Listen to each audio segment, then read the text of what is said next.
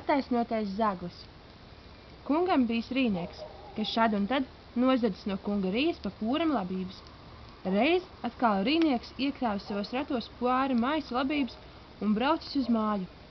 Gluži negaidot uznāk kungs un prasa: ko tu tur ved? Rīnieks steigšus pagriezis savu zirgu uz grāvju pusi un vazums iegāzies grāvī. Rīnieks nu sūdzējies žēlīgā balsī: cienīgs, žēlīgs liels kungs, kāda nelaime!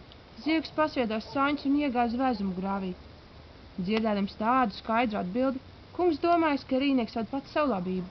Kungs nu pasauca savus puišus, lai palīdzētu nelaimīgajam rīniekam, tā nu rīnieks gluži mierīgi aizved labību uz savu māju.